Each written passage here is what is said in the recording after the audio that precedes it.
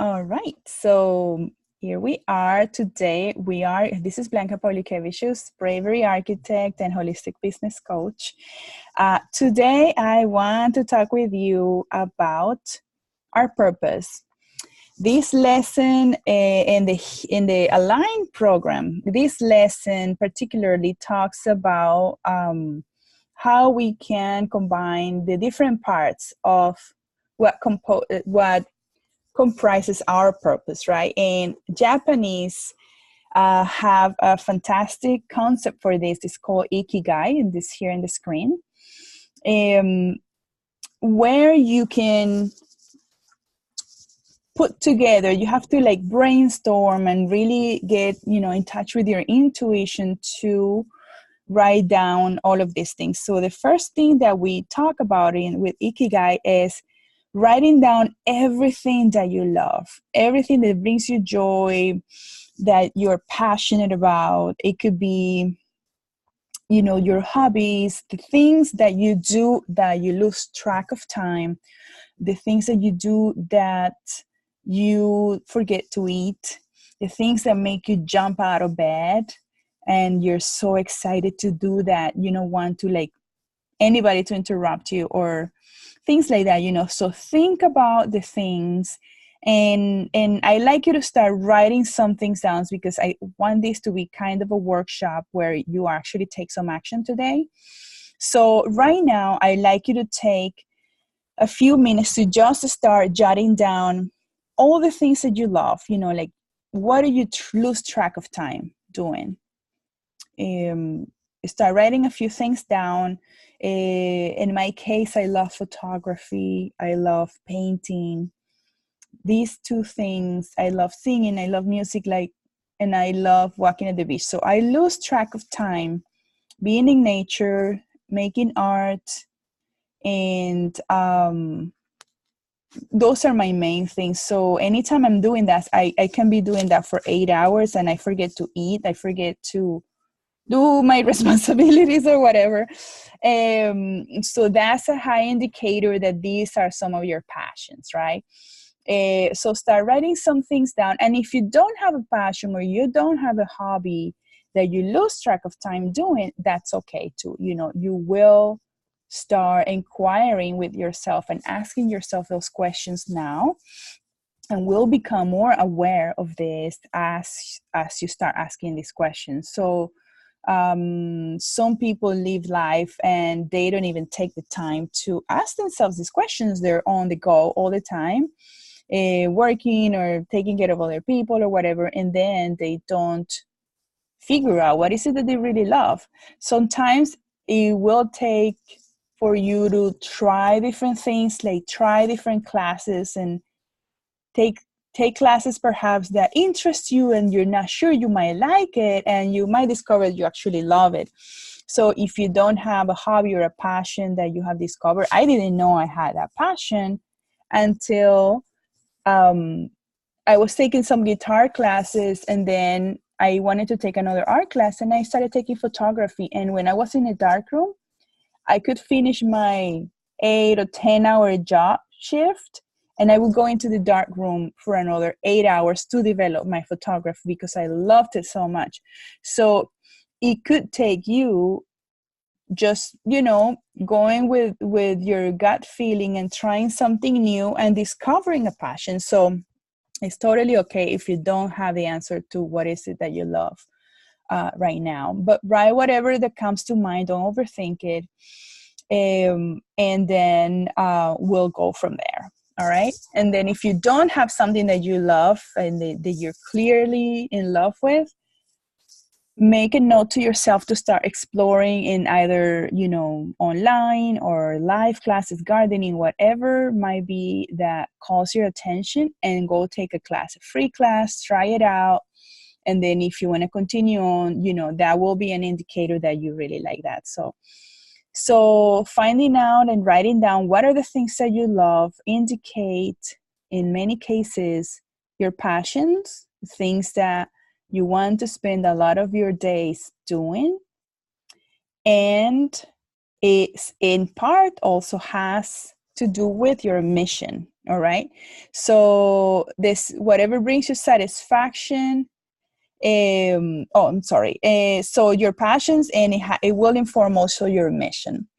All right. Then, as you also work on these things, you start digging deeper, and you might encounter things that the world needs, right? For instance, I love helping women.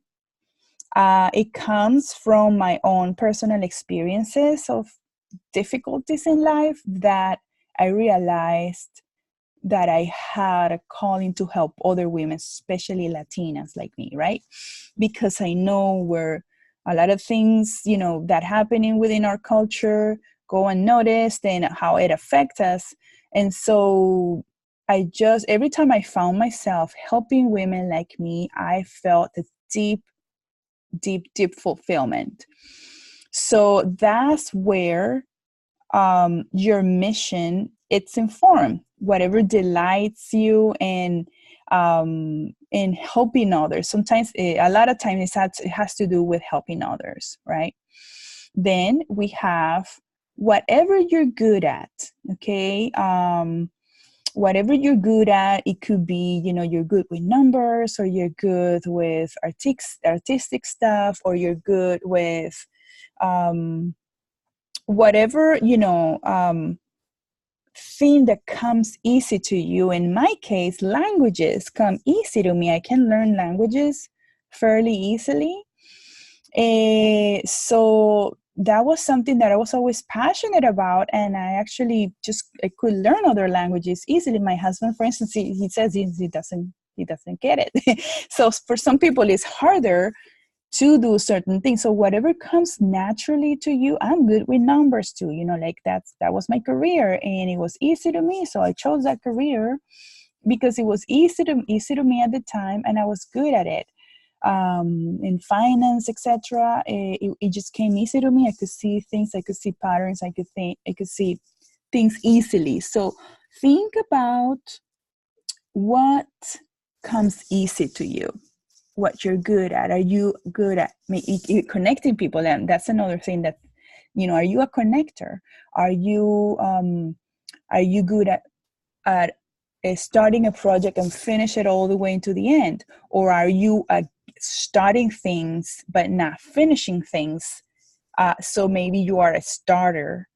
What are you good at? So start writing some things down that come to mind. What comes easy to you? What people tell you, wow, you do this so well, or you do this so easily.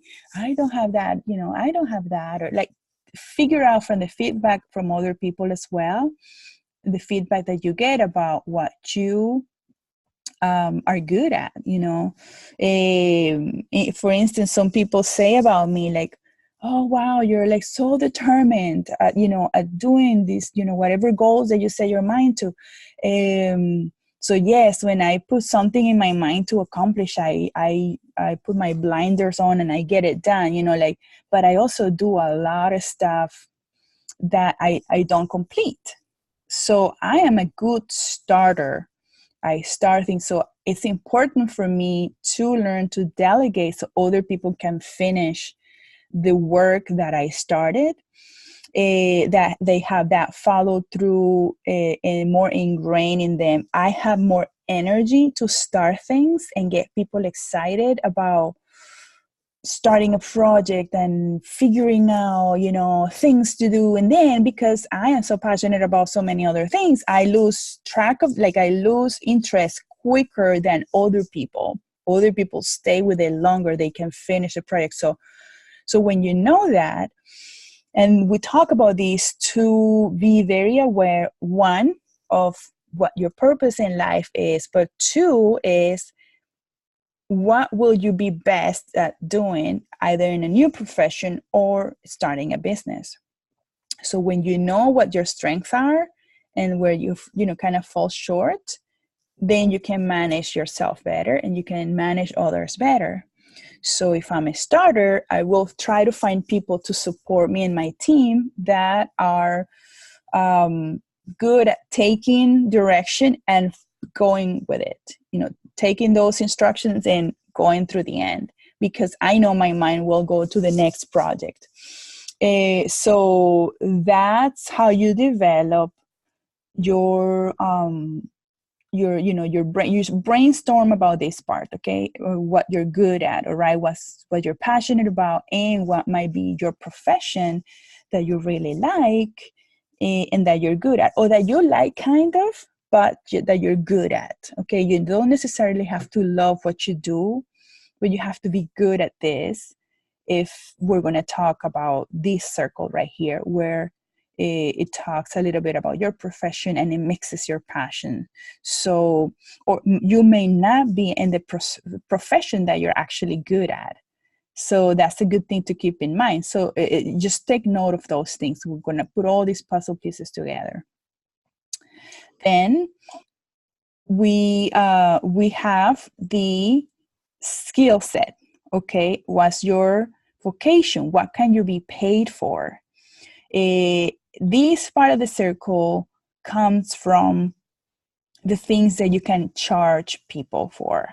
Okay, it involves your profession, and ideally should involve your vocation, right? So as we start seeing the things that you love, what you're good at, what you can be paid for, what the world needs, and so we have this overlap here. For example, if you do what you love and you do what the world needs, you're fulfilling your mission, and you feel delight and fullness, but no wealth, right? Because we also need to get a little bit more to this side, where also comes your vocation, right? With what you can be paid for in your profession, right? Vocation and profession, with a little bit of what the world needs. And so, but if you let it be only mission and vocation, you'll feel excitement and complacency, but a sense of uncertainty, because you're not going into the zone where you can actually be paid for these activities. You are fulfilling a world need, you are using what you love, but you're not, you have sense of uncertainty. So then when you take this into account, your skill set, you feel comfortable, but feeling of emptiness if you are not touching into the mission world, right? Into the mission and your vocation. If you're just doing your profession and vocation part, then you're going to be missing on your passions and the world needs, etc. So, and then if you're doing just your passion and profession, you feel satisfaction, but you feel emptiness, right? You feel like you're not making an impact. And this happens a lot in professions where you are, for instance, I think I was good at finance management. I had a passion in a way because, I was good at doing it, and I felt good at what I felt satisfaction, like personal and professional fulfillment, but I didn't feel like I was creating an impact directly to the thing that is important to me to be involved in this case, helping women in particular. So that is how I figured out, in my case, I'll tell you the example how I figure out my business idea. And so I put together my love for nature, arts, photography, painting, all of that, music, all of that, right? With what I'm good at, with connecting people with numbers and business and connecting, and then use the business background, which is what I can be paid for. I can be paid for other things too, but that's, I'm going to say, the forte, right?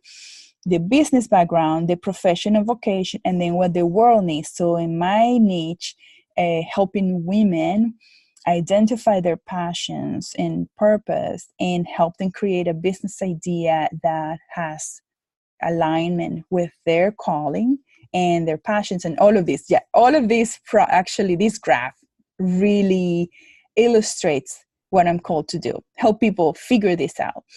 So and with the world needs. And so I figured out, okay, I want women who have gone through hardship and have mindset stuff they need to get over in order for them to find alignment with their jobs, their careers, their passions, what they can be paid for, and support whatever mission they have in life, whatever it is. And this is usually based on your story. Okay, your mission sometimes comes from your life story, your unique experiences that has shaped you, usually inform what you're called to do, because you have lived a life in your own being that nobody else can express it the same way. So you have a unique calling and a unique life experience that can be translated in a way for other people who are going through similar stuff, where you can have an impact because you understand exactly their journey they're on.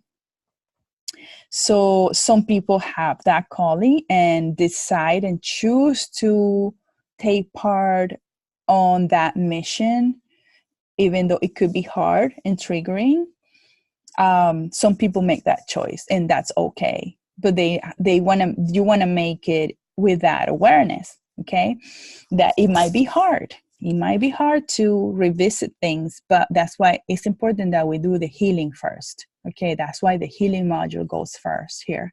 So you have the tools to then manage yourself and your energy levels. So where all of these things collide is here in the middle, and that's Ikigai. When you're able to utilize your passions, your profession, your vocation, all the things that you're good at, that you can be paid for, what the world needs, and your particular mission, then it's just, you're in the zone. And I have experienced that every time I work with women and I empower them in their finances and empower them in their, ideas to create a business or align with their purpose. I am in the zone. I'm like, that's my sweet spot.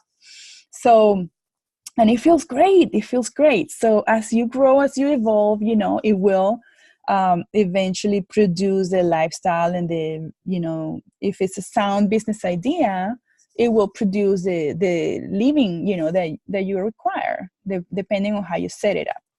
So this is a concept of Ikigai. I hope you have some time to sit down and write some of these things, and consider this graph. I'm just gonna put it in the group for you, and post in the Facebook group what you found out with this exercise.